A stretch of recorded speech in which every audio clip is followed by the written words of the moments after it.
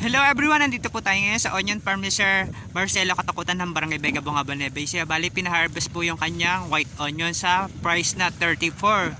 Sabi po niya kanina nung tinanong natin. Bali, ayan, nag-start na po hakutin yung mga nakalagay sa red bag. Ayan, dadaan yung hand tractor. Ayan.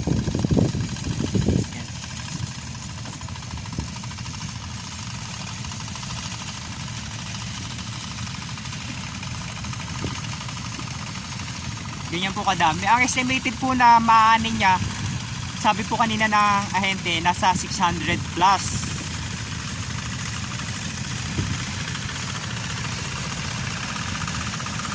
Ayan po.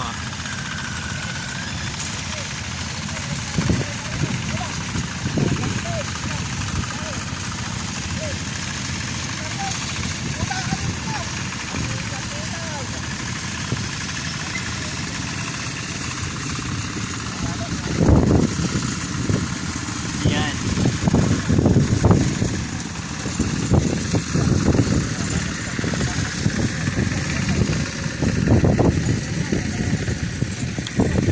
Ang explanation po ng pinaka-agent niya, dadalhin sa pinakakamalig, isosort para malinis.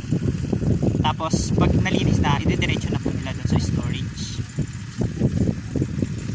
Ano po? Ganun din po kasi pinaka-itsura ng kanyang sibuyas, nasa good size. Ayan.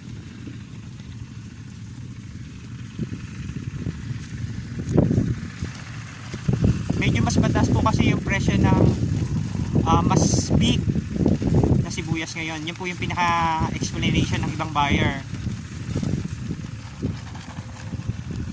Ayan po. Ayun yung mga ibang farm worker nagsasake para pagbalik po ng pangatlong hakot na po kasi pag bumalik yung mga hand tractor. Pag na bumalik sila, patapos na.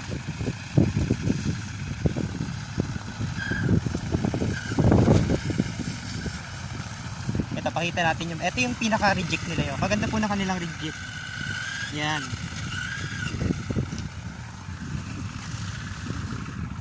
Yan. Pag medyo tulis, tulad po nito, nire-reject na nila.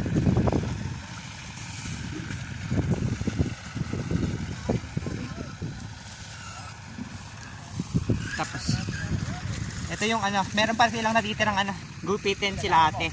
Ayun, nagugupit si ate.